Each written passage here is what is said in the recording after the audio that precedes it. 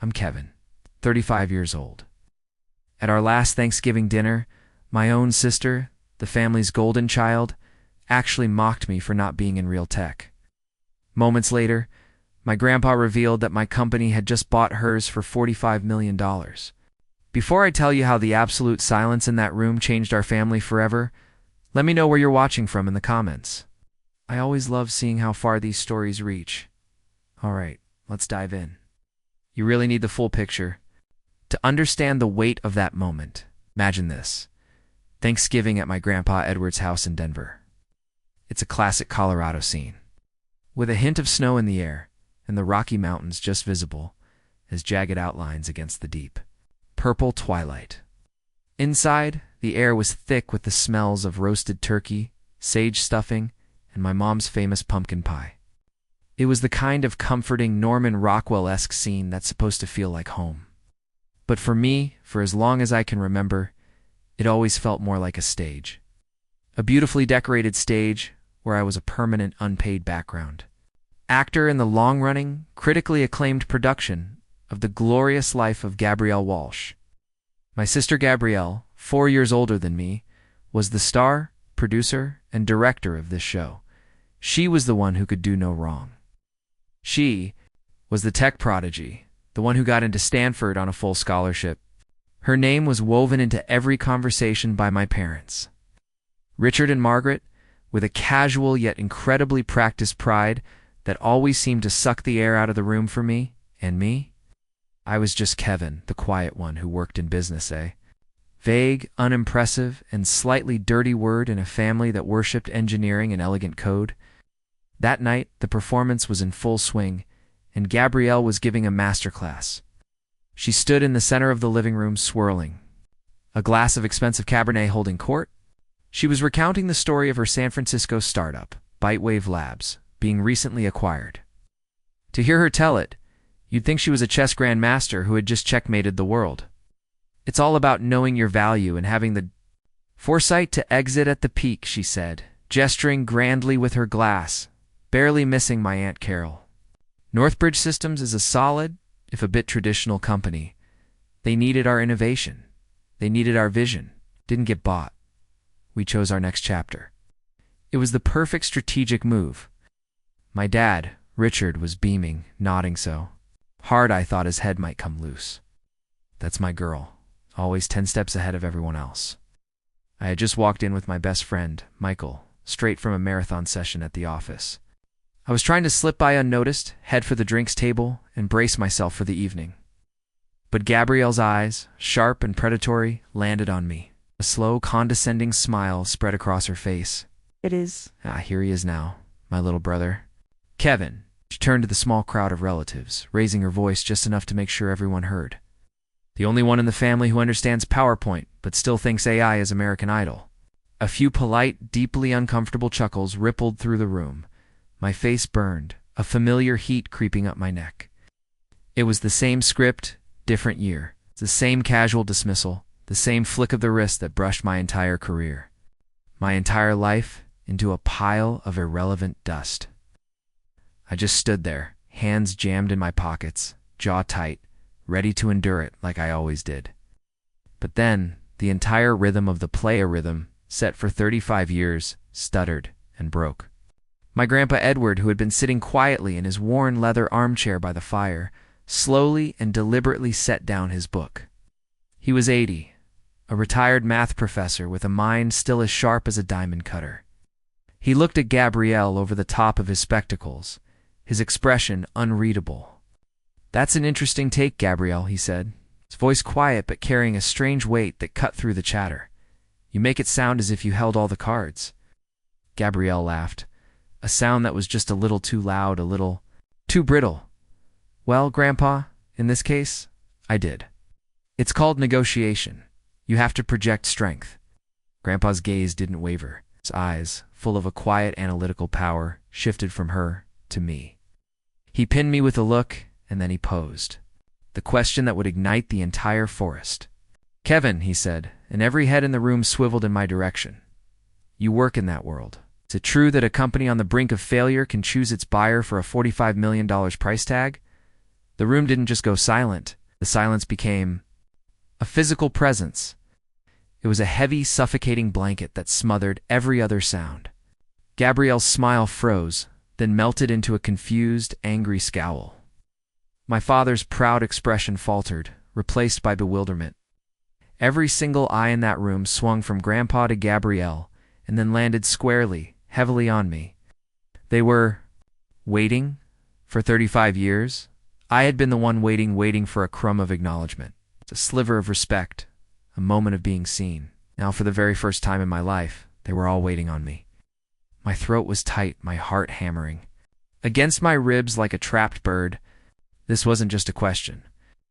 It was a door that had just been kicked open in front of me, and I had to decide whether to finally walk through it.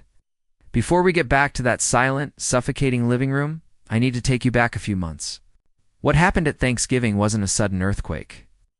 It was the final, inevitable collapse of a structure that had been rotting from the inside for decades. To understand the collapse, you have to see the rot. My world is numbers, strategy, and seeing the patterns other people miss. I'm a director of strategic acquisitions at Northbridge Systems. It's a mouthful, I know.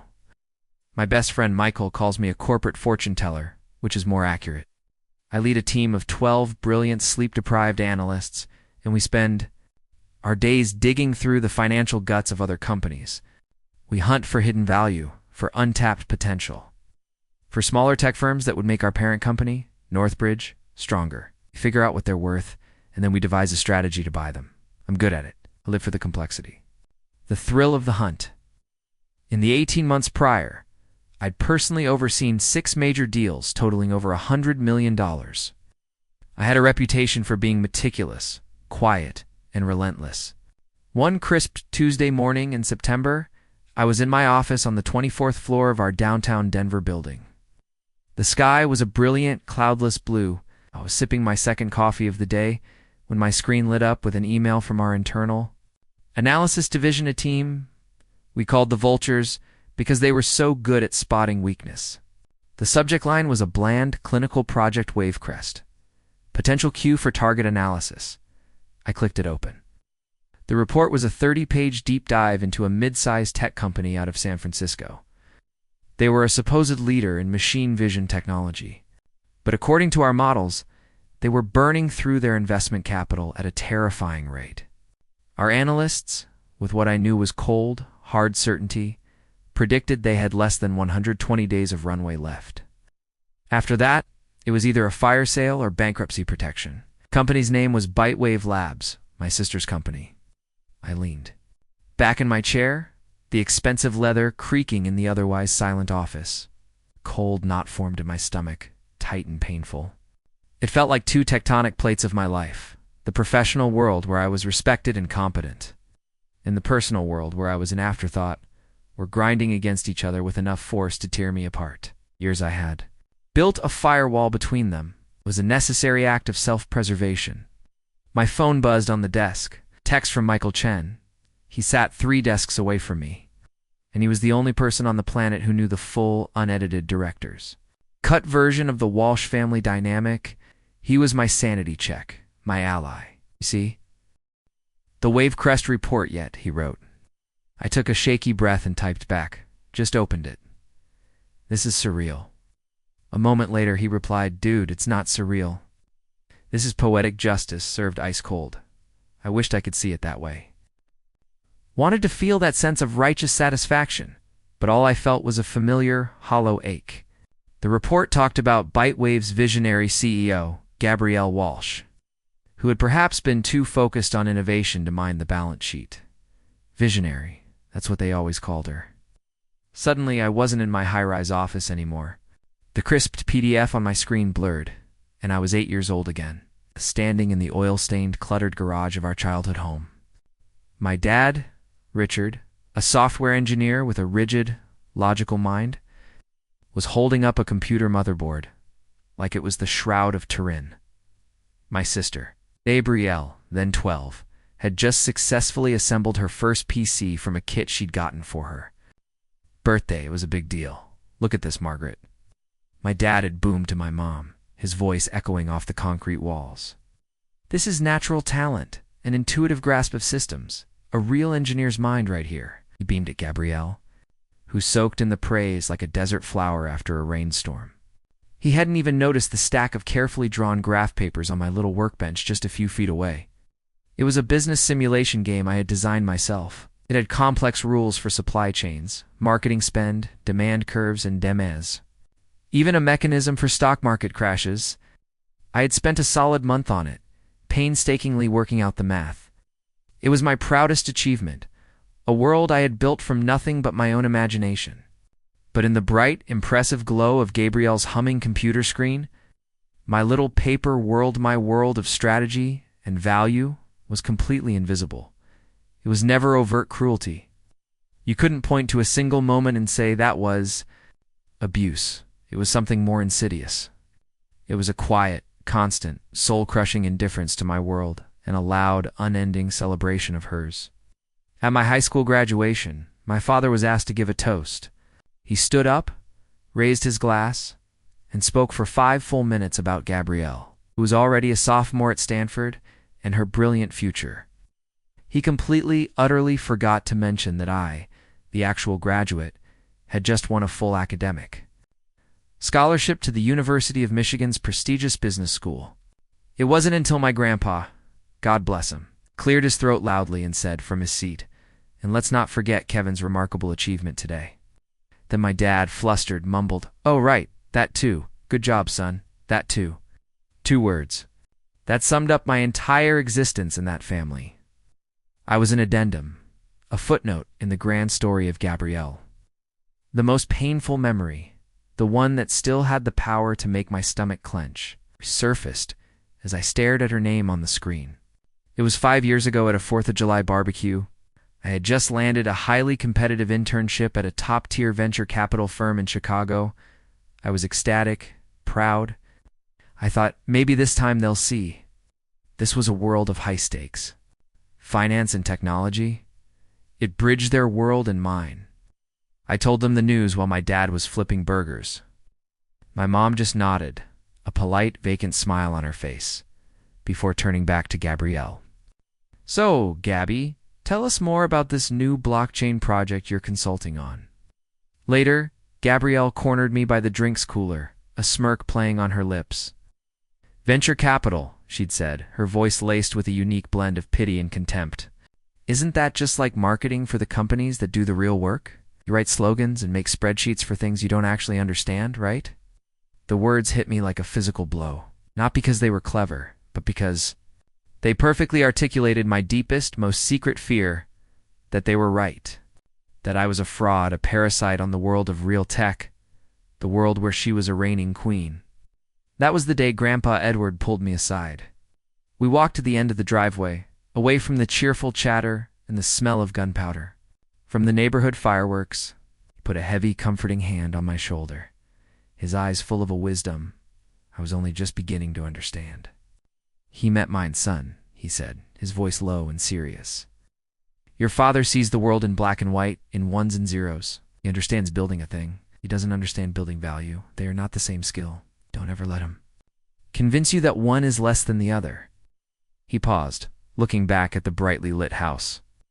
"You don't have to be the loudest voice in the room to be heard. You just have to be the most prepared. And when the time comes, you must stand up. Not to show off, but to claim the space that has always rightfully been yours." His words became my North Star. I stopped trying to win their approval. I stopped sending them links to articles about my promotions or the major deals I'd closed. It was pointless. I just put my head down and worked. I built my own world, my own value in the quiet, focused silence they had created for me. And now, after all these years, my world had just aimed a torpedo at hers. Back in my office, Michael came over and leaned against my door frame holding 2 cups of coffee. He handed one to me. "So, what are you going to do?" "I have no idea," I said, rubbing my temples. "This is a minefield. You have to recuse yourself, obviously," Michael said. "It's a massive conflict of interest. Could land you in serious legal trouble. Of course, it was the first rule of our business. You couldn't be involved in a deal where you had a personal connection." My direct boss, Monica Reeves, was a sharp, no-nonsense executive vice president who valued results above all else. She had championed me, promoting me to director when I was just 32, ahead of my peers. She trusted my instincts implicitly. I knew I had to tell her immediately. I walked the long, quiet hallway to her corner office. The glass walls looked out over the entire city. The door was open. "Oh, God," I said, knocking softly on the frame. She looked up from a thick binder, her focus absolute. "Kevin, what's up?" I stepped inside, closing the heavy glass door behind me. The sound was a soft, definitive thump. "It's about Project Wavecrest. Bitewave Labs," she said, nodding already. "Ahead of me? Good target. I value IP. Classic case of poor financial management. It's got your name written all over it. And I want you to lead the strategic assessment on this one." I took a deep breath. That's the thing I can't. Her brow furrowed, a tiny line appearing between her eyebrows. "Why not? You're the best guy I have for this kind of complex analysis." "The CEO, Gabrielle Walsh," I said, the name feeling strange and formal coming out of my mouth. "She's my sister." Coma's eyes widened just for a second before her professional mask slipped back into place. She leaned back in her chair, steepling her fingers and studying me. She was one of the few people who knew I had a sister in the tech world, but she didn't know the toxic details. "See," she said slowly. "Okay, standard procedure. You're off the negotiation team, completely firewalled from them. I'll give the lead to Nate Rodriguez." "Thank you," I said, a wave of relief washing over me. But she added, holding up a single manicured finger, "I'm not taking you off the project. A conflict of interest means you can't benefit financially from insider knowledge or sit at the table with the other side. It doesn't mean your brain is off limits to us." She leaned forward, her eyes intense. "Nobody knows the tech landscape in that specific sector better than you. And nobody, I suspect, knows the operational weaknesses and personal vanities of that specific CEO better than you. You won't talk to them. You won't be in the room. But you will lead the strategy from our side. You'll run the war room. Be Nate's ghost, his guide. You will tell him every move to make. Is that clear?" A surge of pure, unadulterated adrenaline shot through me. This was different. This wasn't about seeking revenge. This was about being valued for my unique, hard-won expertise. Monica wasn't asking me to use my personal connection. She was asking me to use the deep analytical knowledge that had been forged in the very shadows my family had kept.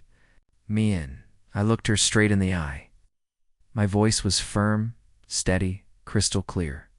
As I walked back to my desk, Grandpa's words echoed in my head, louder and clearer than ever before. You must stand up, not to show off, but to claim the space that has always been yours. The space had just opened up. The board was set, and this time, I was going to be one of the players. The next 6 weeks were a blur of takeout containers, late nights, and the relentless glow of computer screens.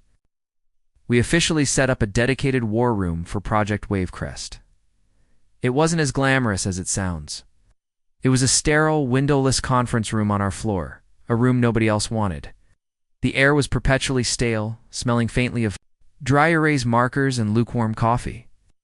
The walls were covered floor to ceiling in whiteboards, which were soon layered with complex diagrams, financial models, and timelines. This was my new home. I was the ghost in the machine, the invisible, hand-guiding Northbridge's every move in a high-stakes corporate chess match. My team was assembled. There was Nate Rodriguez, of course. He was a solid by-the-book negotiator, a guy who never got rattled.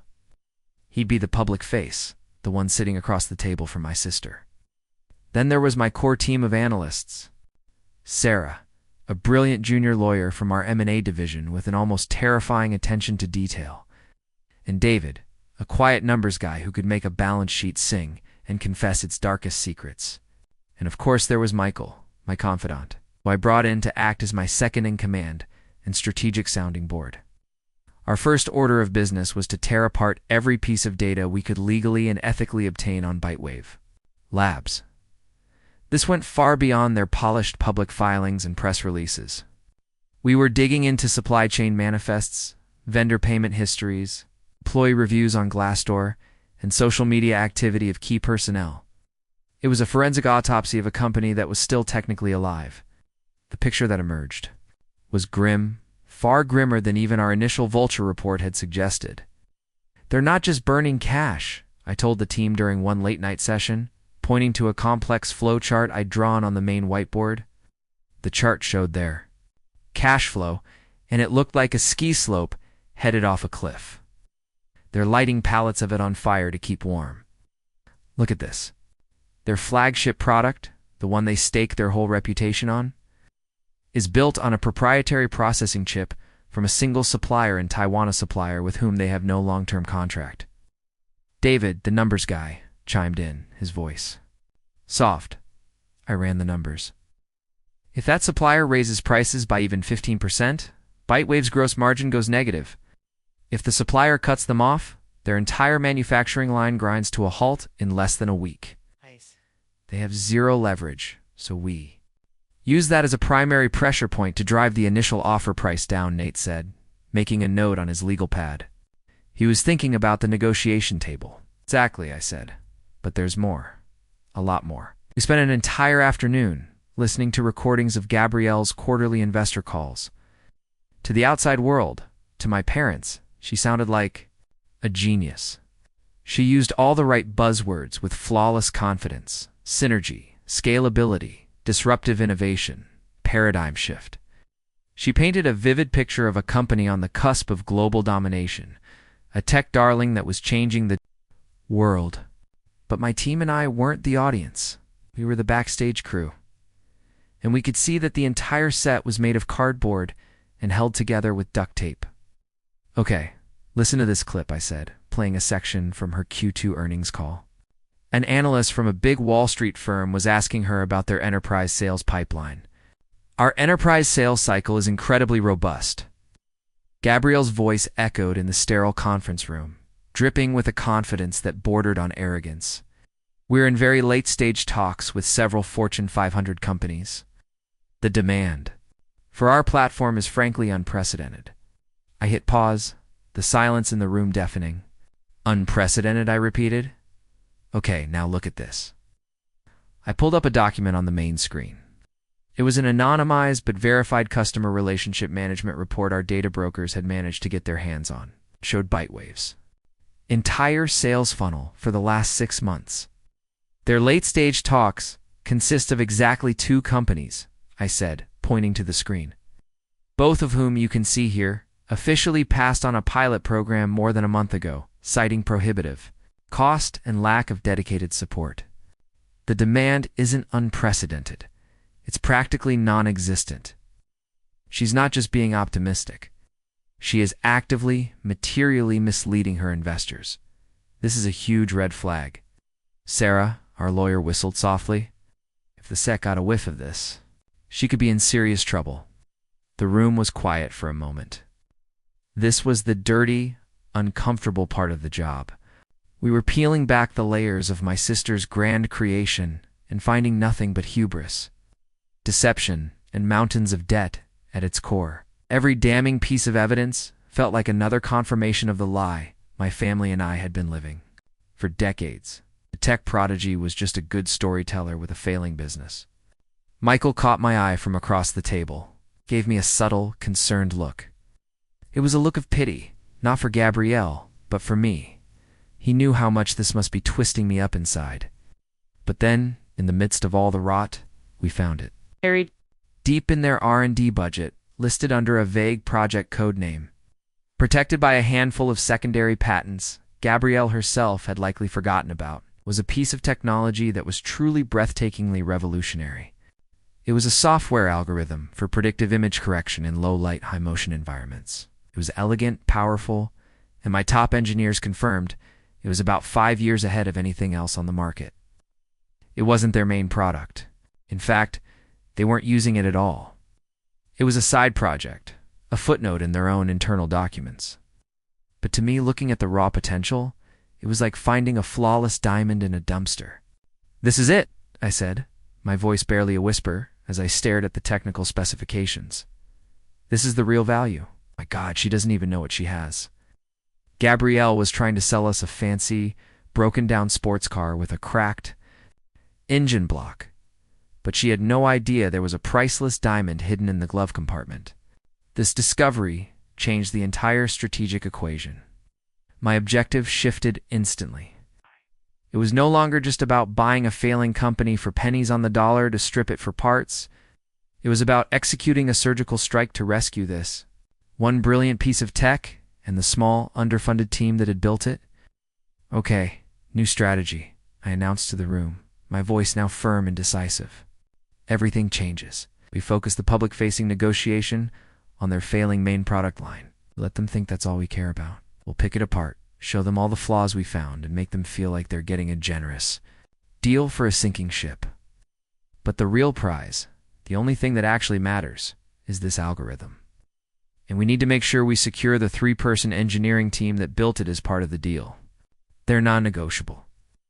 This new focus led to the most critical discovery of the entire process. As Sarah was doing her deep dive legal due diligence, she flagged something late one night. She called me at my desk, her voice tense. Kevin, you need to see this immediately. I pulled up the file she sent. It was a scanned copy of an old, obscure contract from when Bytewave was just a 2-person operation in a garage. Gabrielle had partnered with a university programmer on the early foundational technology. The contract was poorly written, a classic startup mistake. But one clause was terrifyingly clear. If Bytewave was ever sold or had a change of control event, the rights to any and all derivative technology developed in the first 3 years of the company's existence would automatically revert to this programmer unless he was bought out for a specific and now very substantial sum. The predictive image algorithm, the diamond, our entire reason for the deal, had been developed in year 2. It was a derivative work, and the programmer, a guy named Dr. Alistair Finch, who was now a tenured professor at Carnegie Mellon, almost certainly had no idea. If we bought the company without settling this clause, Finch could sue Northbridge and potentially win the rights to the very technology we were really after. The whole $45 million deal would become worthless overnight. It was a poison pill hidden in the company's DNA. Worse, if Gabrielle caught wind of this, she might try to use it as leverage, demanding a higher price. She might even try to cut a side deal with Finch herself, destroying the entire acquisition. We have to fix this, I said to Sarah, my mind racing quietly. And before we make the final binding offer, we need a lawyer who specializes in this kind of IP recovery. This was where my job became a high-wire act over a canyon. I had to orchestrate a solution without leaving any fingerprints. Spent 2 sleepless nights with Sarah and our top corporate counsel, building a complex legal and financial strategy to neutralize the Finch problem. We would structure the deal so that a portion of the $45 million acquisition funds, the exact amount stipulated in the old contract, would be placed in a separate, secure escrow account. This account would be used to buy out Dr. Finch's rights. After the main deal was signed and closed, it was a delicate, multi-layered maneuver that completely protected Northbridge, without tipping our hand to Gabrielle or her team. I was performing corporate brain surgery in the dark with my sister, as the unwitting patient. During the final rounds of negotiation, Nate would call me from a private room at the law firm in San Francisco, just before and after each session. "She's unbelievable," he'd say, his voice a mix of frustration and grudging awe. "She's acting like she's bestowing a great gift upon us. She's demanding we keep her on as a transitional consultant with a salary that's honestly insulting." "Let her have it," I'd reply, looking at the numbers on my screen. I'd already modeled it out. The consulting fee is a rounding error compared to what that algorithm is worth to us, long term. Make her feel like she won. I was building her a golden bridge to walk across, and all she could see was her own magnificent reflection in it. I was handing her a $45 million lifeline, and she was going to call it a victory lap. The irony was so thick I could barely breathe. The day the deal was finalized, Monica called me into her office. "The board approved it this morning," she said, a rare wide smile on her face. $45 million. "You were right about the hidden value in that algorithm. They think you're a goddamn genius, Kevin." "The team did great work," I said, deflecting out of habit. You led the team, she countered, her gaze sharp. This was your strategy. It was flawless from start to finish. She leaned forward, her expression turning more serious. This promotion to vice president we've been talking about, I think it's time to make it official. I'm putting the paperwork through this afternoon. The salary bump will be significant. Vice president. It was the title I'd been working towards my entire career. It was validation. It was success. But in that moment, it felt strangely, profoundly hollow. Who could I tell? My parents would offer a polite, "Oh, that's nice, dear," before launching into a 5-minute monologue about how proud they were of Gabrielle for the big success of her company being acquired. As if on cue, an email landed in my inbox. It was from my mom. "Hi, honey. Just a reminder that Thanksgiving is at your grandpa's this year. We're so excited to celebrate Gabrielle's wonderful news. Please try not to be late. Love, Mom, celebrate." Gabrielle's wonderful news.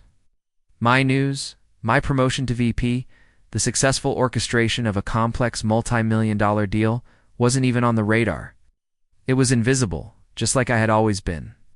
Michael walked by my desk and saw the look on my face. Let me guess. The Thanksgiving invitation arrived. Worse, I said. The command performance invitation.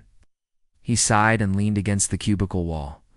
You know what you are, man? You're a ghost. You just orchestrated the biggest deal of your career, saved your sister's legacy from her own incompetence, and secured your own future, and you're about to walk into that house and pretend you just push paper for a living. He was right, but the thought of the confrontation, of the drama, of the inevitable accusations of jealousy was utterly exhausting. It's just one dinner, I said, more to myself than to him. I'll survive. What's the worst that can happen? A week. Leading up to Thanksgiving felt like the eerie, unnatural calm before a hurricane. The sky was a strange color, the air was too still, and you knew something terrible was about to break. The deal was signed, the press releases were out, and the tech blogs were buzzing. Most of them ran with the polished narrative Gabrielle and her PR team were spinning. Bytewave Labs concludes a strategic partnership with Northbridge Systems in a landmark deal. Partnership, not a desperate, last-minute rescue from the fiery wreckage of insolvency. My life became a bizarre study in contrast. By day, I was a respected executive leading meetings to plan the smooth integration of Bytewave's technology and personnel into our corporate structure. I was working specifically on plans for the 3-person engineering team that built the algorithm, the team I had fought to keep intact and give new resources to. I was, in a very real sense, the architect of their future. By night, I was just Kevin, dodging calls from my parents, who were practically bursting with pride for their daughter. "Your sister is just so brilliant, Kevin," my dad said in a message. He left on my voicemail, his voice thick with emotion. To build something from scratch and then have the business acumen to sell it for that much money, it's the American dream. We're so proud. I deleted the message without listening to the end. Couldn't bear it. Each word of praise for her felt like a tiny paper cut, insignificant on its own. But after a lifetime of them, I was starting to feel like I was bleeding out. The real gut punch, the moment that solidified the cold, hard knot of anger in my stomach, came on a Tuesday night. I was working late, doing a final review of the massive acquisition file, kind of digital post-mortem to ensure every I was dotted and every T was crossed before it was sent to long-term archiving. It was tedious work, but my brain was too wired to sleep. Deep in the most secure folder of the due diligence archive, a folder only a handful of us had access to, was the complete financial workup on Bytewave's principal officers. I clicked open Gabrielle's file. There it was, a secured PDF from the San Francisco County Recorder Office. A document showing that 2 months before the acquisition, Gabrielle had taken out a massive second mortgage on her beautiful home in the Pacific Heights neighborhood, a home she shared with her wife, Heather. I stared at the document on the screen, the legal language swimming before my eyes. The amount was staggering. She had personally guaranteed the loan against the value of her house to make payroll for 1 more quarter. She had bet her family's home on a miracle, and I was that miracle. I closed the file, a wave of something cold and deeply unpleasant washing over me. It was a strange, toxic cocktail of pity and disgust. The breathtaking arrogance she projected to the world, to her own family, was a shield. It was a brittle piece of armor designed to hide the sheer, bone-deep terror of a gambler who had pushed all her chips into the middle of the table and was bluffing on a losing hand. I leaned back in my chair and thought of Heather. I'd only met her a handful of times at holiday gatherings. She was kind, a pediatrician, a grounded and gentle soul who seemed completely unaware of the toxic dynamics of the Walsh family. She just saw the brilliant, confident, successful woman Gabrielle pretended to be. What would happen when she found out the truth? That the foundation of their life together had been gambled away without her knowledge? Would their marriage survive a betrayal of trust that profound?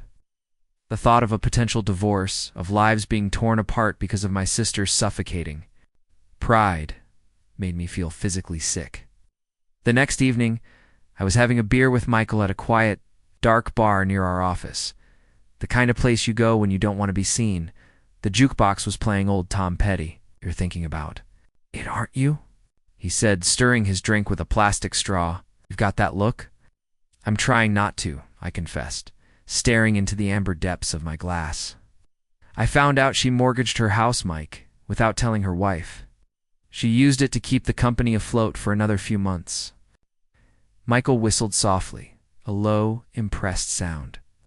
Wow, that's next-level desperation. That's not just business. It's personal. He took a long sip of his beer. You're in a truly impossible spot. If you say something at Thanksgiving, you're the bitter, jealous little brother trying to steal her thunder. If you say nothing, you let her keep lying to everyone, including her own wife, who has a right to know her entire life savings were on the line. There's no winning move, I said, the words feeling heavy and true. It's like that scene in the movie War Games. The only way to win is not to play the game. Maybe, Michael said, looking at me seriously over the rim of his glass.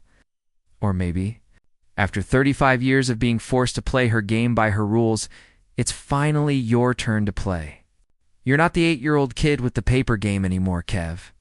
You're the guy who owns the whole damn casino. You get to decide the rules now. You get to decide when the game is over. His words stuck with me, echoing in my head for the next 2 days. For so long, I had seen myself as a helpless victim of my family's narrative, powerless to change it. The power dynamic had fundamentally, irrevocably shifted, just hadn't been willing to acknowledge it or use it yet. The final push came 2 days before Thanksgiving. I was at home trying to unwind when my phone rang. It was my dad. This was rare. He was a man of texts and voicemails, not spontaneous conversation. Kevin, your mother and I were just talking. His voice was full of a cheerful, oblivious energy. We think it would be a wonderful gesture if you bought Gabrielle a really nice bottle of champagne, to bring to dinner on Thursday to celebrate her incredible success. I gripped the phone, my knuckles turning white, my throat went dry. A gesture? He wanted me to buy a victory trophy for the person who had spent a lifetime making me feel small. For a victory that was entirely, secretly, my own creation of victory. That had saved her from personal and financial ruin. I'll think about it, Dad, I managed to say, my voice tight and strained. Don't just think about it, son, he pressed on, completely deaf to the tension in my voice. It's the right thing to do. She's your sister. You should be proud of her. It's important for her to know that. After I hung up, I stood there in the middle of my silent apartment, the city lights of Denver twinkling far below, and I felt a rage so pure and so cold it almost took my breath away. It wasn't the hot, explosive anger of a sudden fight. It was the deep, frozen, geological rage of 1,000 tiny injustices. 1,000 moments of being overlooked, 1,000 casual slights, all compressed over decades into one hard, heavy point in the center of my chest. He wasn't just asking me to be proud. He wasn't just asking me to be supportive. He was asking me to actively participate in my own erasure. He was asking me to walk onto that stage, smile, and applaud the star of the show, while my own script, my own life's work, was being shredded and burned backstage. That's when I knew. A quiet certainty settled over me. I couldn't stay silent anymore. Not because I wanted revenge, not because I wanted to humiliate her, but because for my own sanity. For For the 8-year-old boy with the paper game who never got seen.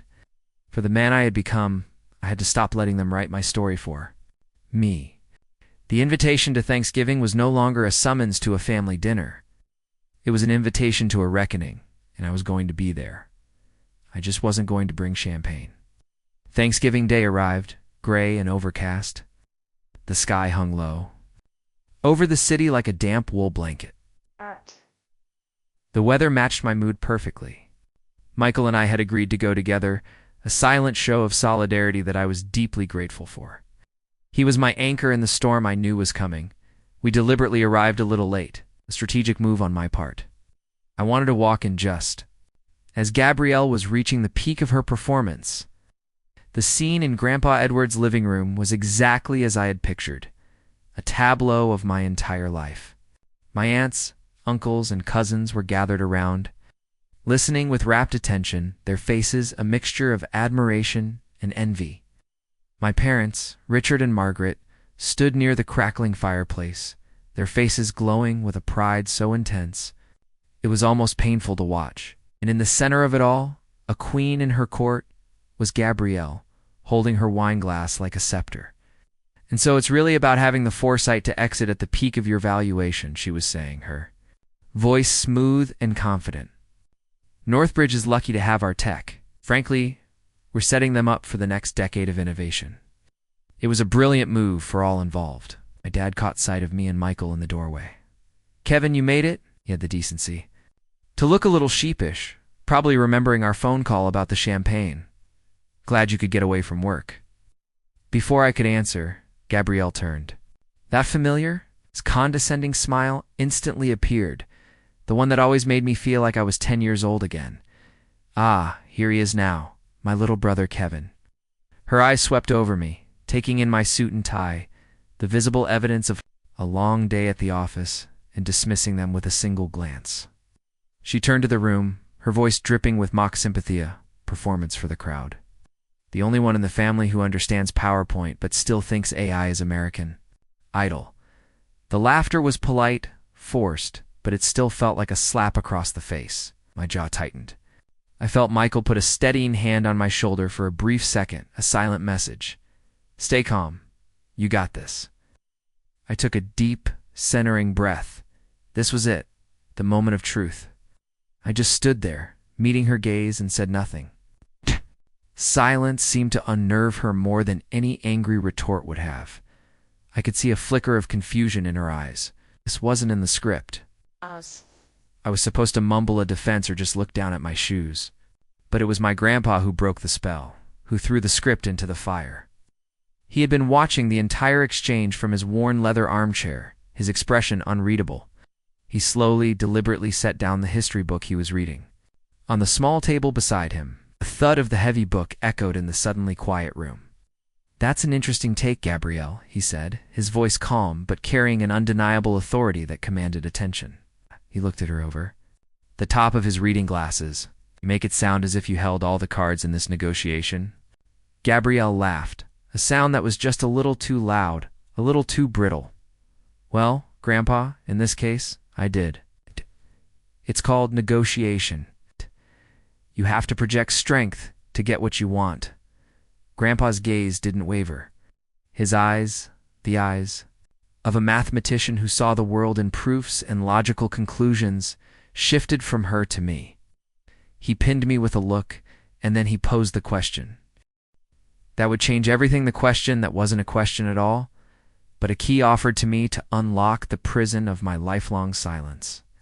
"Kevin," he said, and every head in the room swiveled in my direction. "You work in that world. It true that a company on the brink of failure can choose its buyer for a $45 million price tag?" The silence that followed was absolute. It was a vacuum, sucking all the air and cheerful holiday spirit out of the room. It was so quiet I could hear the faint hum of the refrigerator from the kitchen. Gabrielle's confident smile faltered, replaced by a flicker of confusion, which quickly hardened into annoyance. "What's that supposed to mean?" she snapped, her glare shifting to Grandpa. "Bitewave was not on the brink of failure." "That's ridiculous, wasn't it?" Grandpa asked softly, his eyes still on me, waiting. This was my cue. The door he had opened. For me, no more hiding, no more enduring the casual cruelty. No more being the family ghost. Gabrielle turned her glare on me. Her eyes narrowed. What is he talking about, Kevin? Do you know anything about this? Her tone was accusatory, as if I had somehow conspired with an old man to ruin her moment. You don't know anything about my business? I took a slow breath, letting it out just as slowly. And then I spoke. My voice quiet, but preternaturally clear. Each word carefully chosen and aimed like a precision-guided missile. Actually, I said, looking directly at her for the very first time, not as a little brother, not as an afterthought, but as an equal. I know everything about your business. A confused murmur rippled through the room. My father took a half-step forward, his face a mask of angry confusion. Kevin, what are you talking about? Stop being ridiculous and have some respect for your sister. I ignored him, kept my eyes locked on Gabrielle's. I know that Bitewave Labs was projected to be cash flow negative, with a burn rate that would have put you into insolvency within 120 days. I know that your two biggest enterprise clients had already passed on renewing their contracts for the next fiscal year. I know that you had delayed payroll for your 53 employees twice in the last quarter. With every fact I stated, a little more color drained from her face. Her mask of smug superiority was cracking, crumbling piece by agonizing piece under the weight of cold, hard truth. I also know, I continued, my voice steady, unforgiving, about an old partnership contract with a Dr. Alistair Finch from your Carnegie Mellon Deza contract you probably forgot you ever signed. Poorly written clause in that contract gave him the reversionary rights to all derivative works if the company was ever sold. That includes your only truly valuable asset, the predictive image algorithm, a clause that, if we hadn't found it and fixed it, would have made your company's entire patent portfolio completely worthless. Gabrielle's wineglass trembled violently in her hand. She was staring at me, her mouth slightly agape, as if seeing a stranger for the very first time. My dad looked utterly bewildered, turning from me to her. What is he saying, Gabby? This is nonsense, right? Tell him it's nonsense, is it? I asked, finally turning my gaze to my father. Is it nonsense? I reached into the inner pocket of my suit jacket. I pulled out a slim, unassuming file folder, the original strategic assessment I had written for Monica, the genesis of the entire deal. I walked forward, past my stunned relatives, and placed it gently on the coffee table in front of them all. It landed with a soft, definitive thud that echoed like a gavel in the dead silence. Northbridge Systems didn't just stumble upon Bitewave. In a stroke of good luck, I said, my voice resonating in the still room, the company was targeted. A company with valuable, deeply mismanaged assets and a desperate CEO was identified as a prime acquisition target. I paused, letting the full weight of my words sink in. I looked around the room at my stunned parents, my curious aunts and uncles, and finally back at my sister, whose face was now a mask of pure, unadulterated ash and shock. Then I delivered the final fatal blow. The person who wrote the initial report identifying the opportunity, the person who ran the strategic analysis from the war room, the person who designed the entire acquisition strategy and built the $45 million valuation from the ground up. I let the silence hang for one more beat. That person was me. If the silence before was heavy, this was a black hole. It was a total absence of sound, of movement, of breath. Could feel the collective shock of 20 people sucking the oxygen out of the air. My mother brought a hand to her mouth, her eyes wide with disbelief. My father stared at the folder on the table as if it were a venomous snake, his face slack-jawed. Michael, standing by the door, had a small, grimly satisfied smile on his face. He gave me a nearly imperceptible nod. And Gabrielle, she just stood there, frozen. The wineglass finally slipped from her nerveless fingers and shattered on the hardwood floor, splashing red wine like blood across the beautiful Persian rug. The sound was explosive in the quiet room. The illusion she had so carefully constructed around herself, the story she had told her family, her wife, the world, had just been utterly, ruthlessly, and publicly vaporized in under 60 seconds. The star of the show had just found out that the entire stage, the lights, the script, and the audience had been assembled by the background actor. She'd never even bothered to notice.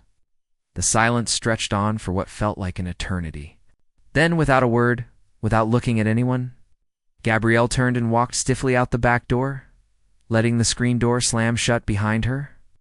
The sound was like a gunshot, signaling the end of the play and the beginning of whatever came. Next, for a long, paralyzing moment, no one in the living room moved. They just stared at the back door Gabrielle had disappeared through. Then their eyes would dart back to me, then to the shattered wine glass on the floor. Their faces were a confused, chaotic jumble of shock, disbelief, and dawning comprehension. My dad opened his mouth as if to speak, then closed it again, looking utterly lost, like his entire world had been tilted off its axis. My mom just looked pale and sick, her hand still pressed to her mouth. I didn't wait for them to process it. I didn't want to be there for the questions, the accusations, the inevitable family drama. My target had been Gabrielle and the truth. Now that the truth was out, the fallout was secondary. I turned and followed my sister outside. The cold November air hit me like a splash of icy water to the face, shocking my system. The backyard was dark and quiet, the only light spilling from the warm glow of the kitchen window, casting long, distorted shadows across the lawn. I found Gabrielle standing on the edge of the stone porch, her arms wrapped tightly around herself, as if trying to hold her crumbling world together. She was staring out into the blackness of the yard, where the bare branches of the aspen trees looked like skeletal fingers reaching for the sky. She wasn't crying, she just looked broken, defeated, smaller than I had ever seen her in my entire life. I stood a few feet away, my hands in my pockets, not saying anything, just giving her space. The silence between us now was different. Wasn't the old silence of indifference and resentment, or the tense, explosive silence of the living room? It was a raw, uncertain, and deeply sad silence, filled with the wreckage of everything I had just blown up. Finally, she spoke, her voice raspy and low, not directed at me, but at the darkness itself. You must be enjoying this. You must be having the night of your life. It wasn't a question. It was an accusation, laced with a bitterness so profound. It felt acidic. No, I said, and it was the simple, honest truth. I'm not. This wasn't about enjoyment. This was about necessity. She let out a short, bitter laugh that sounded more like a sob. It was a terrible, broken sound. Right, of course. Not, you just wanted to completely and totally humiliate me in front of the entire family, in front of my wife. Well, mission accomplished, Kevin. Congratulations, you finally won. This wasn't about winning, I said, stepping a little closer. The cold of the stone patio seeped through the soles of my dress shoes. This was about the truth being told. For once, it had to come out. Gabrielle. She finally turned to look at me, her face pale in the dim light, her eyes glistening. The trademark arrogance was gone, completely stripped away, replaced by a raw, desperate vulnerability I had never seen in her before. It was like looking at a stranger. The truth? You want to talk about the truth? Her voice cracked, gaining a frantic edge. The truth is, I was drowning. Okay? I've been drowning for over a year, and I couldn't tell anyone. Her composure finally shattered. I mortgaged the house, Kevin, she whispered, the words tumbling out in a rush. Our house. Heather doesn't know. Do you have any idea what that feels like? To wake up every single morning with this pit of ice in your stomach, so terrified you can barely breathe. To be terrified to open your email because you know there's going to be another warning from an investor, another angry email from a supplier you can't pay, another lawyer letter. She was crying now, silent tears tracking down her cheeks, catching the light from the kitchen window. The ridiculous consulting salary, I demanded. It wasn't for me. It was the exact amount I needed to pay back the loan before Heather's parents asked about our finances. They want to set up a college fund for our future kid we've been trying to have for 2 years via IVF. It was all a house of cards. Kevin and I was just trying to keep it from falling for one more day. I just needed one more day. I listened. I just stood there and listened. For the first time in my life, I wasn't listening to the golden child or the tech prodigy. I was listening to my sister. For the first time, I think she was telling the absolute, unvarnished truth. "I know," I said quietly. "I saw the credit report. I saw the second mortgage." Her head snapped up, a flash of the old defensive anger. In her eyes, "You saw? You were spying on me? You went through my personal finances?" "It's called due diligence, Gabrielle," I said, my voice gentle but firm, the voice I used at work to explain hard truths. "What you do when you buy company for $45 million. You look at everything, the good, the bad, and the ugly." She deflated, the last bit of fight going out of her. She turned back to stare into the yard, hugging herself tighter. "So you knew. You knew all of it. It's the whole time you were sitting back, watching me posture and lie and make a complete fool of myself. You knew everything." "Watching wasn't the point," I said, trying to make her understand. "Saving the technology was the point. Saving the jobs of your 53 employees was the point. That algorithm you had buried in R and DA, that's what this was all about. That's the diamond. You built something brilliant, Gabby, truly brilliant. You just didn't know how to run the business around it." We stood in silence again. The frigid air between us was starting to change. The anger was dissipating, being replaced by a heavy, shared sadness. "You made me feel small my whole life," she whispered, the accusation now sounding like a simple, tired statement of fact. "And I let you," I replied, the admission tasting like rust in my mouth. "That's on me." I stayed quiet. "I let you and Dad and Mom define me by what I wasn't instead of what I was. But that ends tonight." I took a breath, the cold air stinging. My lungs. "I'm not that little boy standing next to your science fair project anymore, Gabrielle. I don't live in your shadow, and I don't need you to shrink for me to shine. There's enough sky for both of us." She looked at me, really looked at me then, and I saw a flicker of something new in her tear-filled eyes. It wasn't anger, it wasn't pity. It was a dawning, painful, and reluctant understanding, acknowledgement. Just then the screen door creaked open behind us. It was Heather, Gabrielle's wife. She was holding 2 heavy coats, her expression etched with a deep, fearful confusion. She had clearly heard some of what was said. "Abby," she said softly, her voice trembling slightly. "What's going on? What did he mean about the house?" Gabrielle flinched as if struck, turning away from both of us. The ultimate truth, the one that mattered more than any business deal or family drama, was now out in the open. Hanging in the cold night air between them, her greatest failure was about to confront her greatest love. Worried face, then at my sister's shaking shoulders. This was their mountain to climb. My part in this was over. Without another word, I turned and walked back inside the warm, silent house, leaving them alone on the cold dark porch under the immense weight of a new and much more painful truth. The reckoning was over. Now the rebuilding, or the final collapse, had to begin. The weeks after that cataclysmic Thanksgiving were strange. The family's normally boisterous group chat, a constant stream of my mom's cheerful updates, my dad's bad jokes, went completely silent. It was as if a bomb had gone off, and everyone was still hiding in their bunkers, afraid to see the new landscape. The old script had been publicly burned, and no one had been issued a new one. It was an awkward, uncomfortable piece, but frankly, it was 1,000 times better than the old suffocating performance. The first sign of life, the first hint of a thaw in the ice, came 3 weeks later. It wasn't a phone call or a text. It was an email that landed in my inbox late on a Tuesday night. The sender was Gabrielle. The subject line just said, "Next steps." My heart hammered for a second. I braced myself for anything. A tirade, a legal threat, a final bitter sign-off. I clicked it open. The email was short, formal, and professional. It was a list of intelligent, well-thought-out questions about her new, contractually obligated role as a technical consultant at Northbridge. But at the very bottom, after her digital signature, were 2 simple sentences that I knew must have cost her every last ounce of her remaining pride. "Thank you for not letting the company die. I have a lot to learn."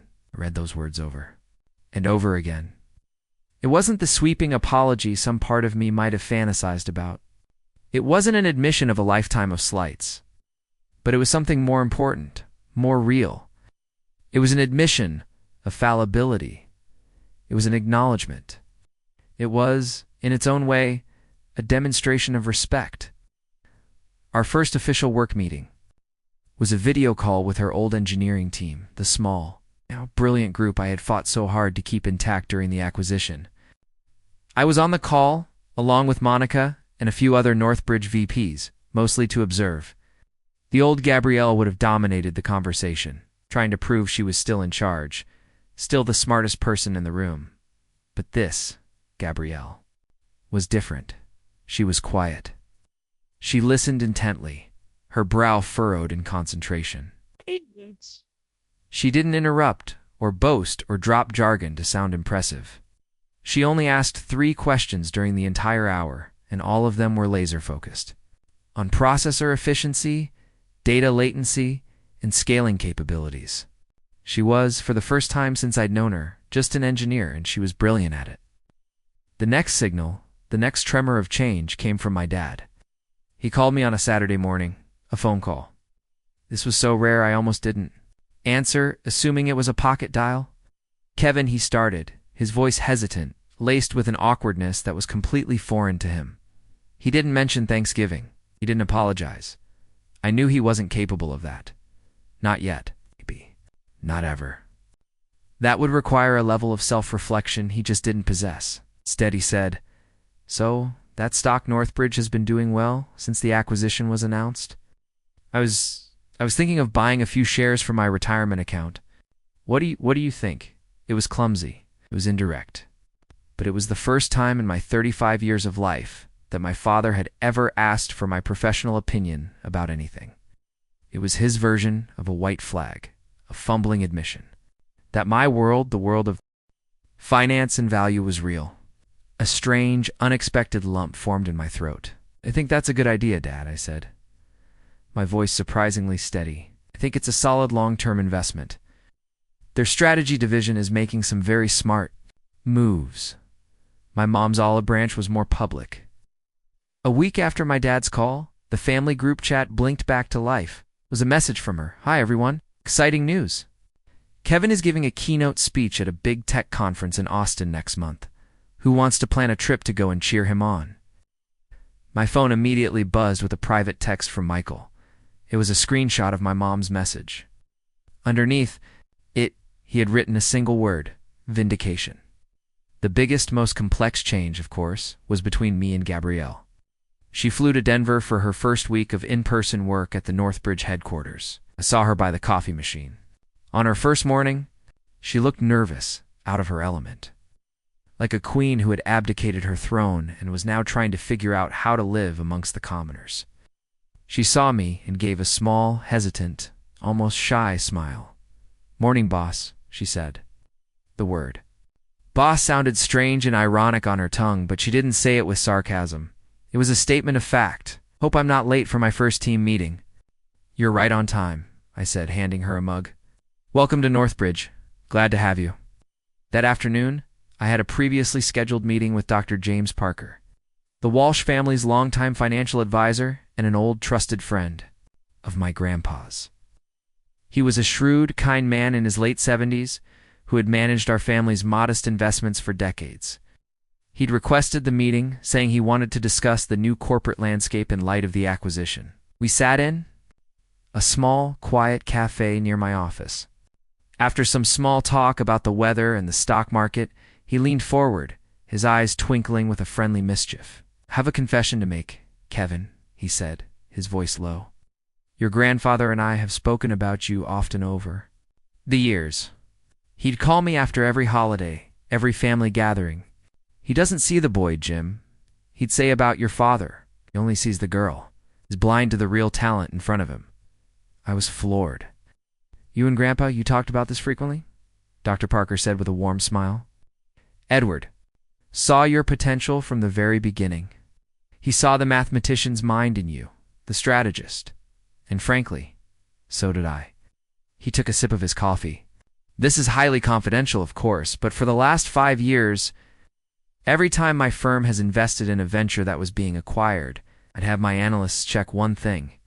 If they saw that you were leading the strategic side for Northbridge, I would double my clients' positions. Your name on a deal file, my boy, has become my personal secret tell for a sure thing. He patted my hand, his gesture paternal and kind.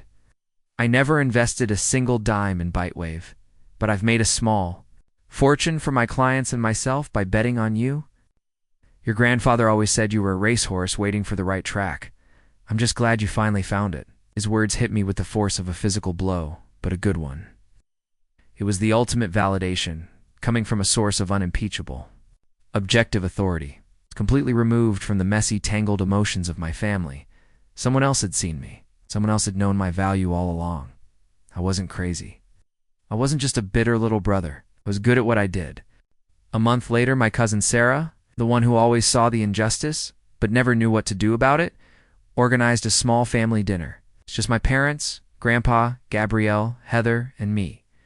It was quiet, it was awkward, but it was real. This time, when my dad asked me about my work, he listened to the answer, even asking a follow-up question. Heather and Gabrielle were sitting next to each other, and I saw them holding hands under the table. They were a silent team. They were working through it. Maybe a divorce was no longer on the table. There was a sense of a new foundation being laid, brick by painful, difficult brick. For the first time in my memory, I didn't feel invisible at my own family dinner. I felt present. I felt like Kevin, and for the first time that felt like enough. A year can change everything, but it doesn't fix everything. Healing, I learned, isn't a destination. It's a process. We weren't a perfect family. We never would be. The scars from 35 years of dysfunction were too deep, too permanent. There were no grand movie-style apologies or tearful group hugs. The healing came in quieter, more meaningful, and more realistic ways. At Christmas that year, my dad, after a couple of glasses of his favorite spiced eggnog, pulled me aside while I was looking at the lights on the tree. He didn't look me in the eye, just stared into the fireplace at the dancing flames. You know, he started, his voice thick. I wasn't fair to you, son. Growing up, I see that now. I was wrong. He cleared his throat. I'm sorry. It was quiet and clumsy, and it was probably the hardest thing he'd ever had to say, but it was everything. At Northbridge, the integration of Bitewave's technology was a runaway success, even more so than my most optimistic models had predicted. The predictive algorithm I had spotted became the core of a new flagship product that was dominating the market. Our stock price soared, and as Monica had promised, I was officially promoted to Vice President of Strategy and Business Development. The new salary and responsibilities were life-changing. But what mattered more, what truly resonated deep in my bones, was the earned respect that came with it. I wasn't Gabrielle's little brother anymore. I was Kevin Walsh, the VP who had engineered the most profitable acquisition in the company's recent history. Gabrielle, surprisingly to some, found her footing. She thrived as a high-level principal engineer, freed from the crushing daily pressure of being a CEO. Few people in the industry had whispered that she'd leave Northbridge after a year to start something new, to chase that founder glory. Again, but she stayed.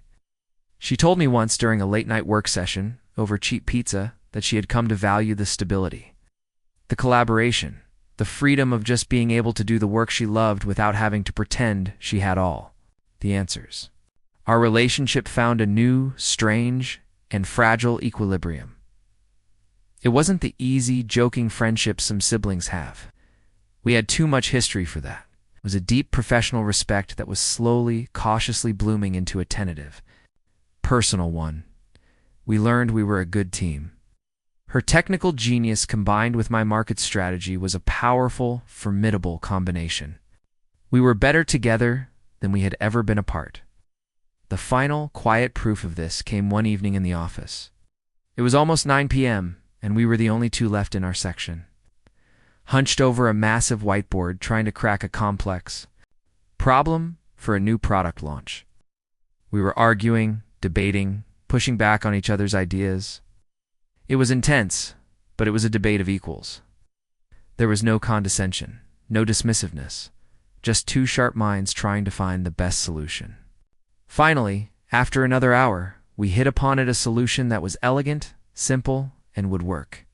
We both stood back from the whiteboard, looking at the scribbled diagram of our creation. Gabrielle let out a long, tired breath and leaned against the wall. She turned to me, a small, genuine smile on her face, a smile I hadn't seen since we were little kids, before the world had told her she had to be the star. "Thanks, Kevin," she said. Just that, but it was enough. It was more than enough. As I look back on it all now, I realize that success, real success, isn't about the big, loud moments of victory. It's not about the knockout punch or the dramatic public reveal. It's in the quiet, steady, relentless work of proving your own value to yourself first, and then to the world. It's not about winning every argument. It's about earning your seat at the table and then having the confidence to speak when you have something to say. True recognition isn't about suddenly being seen. It's about the slow, subtle shift in the way people look at you, the new weight your words carry in the silence. It's about building a life and a career so solid, so undeniably your own, that your light can no longer be hidden or extinguished by anyone else's shadow. Thank you for listening to my story. I hope it resonated with you in some way. Have you ever been in a situation where you felt overlooked or underestimated, either at work or in your own family? Share your story in the comments below. I read every one. Don't forget to like and subscribe so you don't miss what's coming next.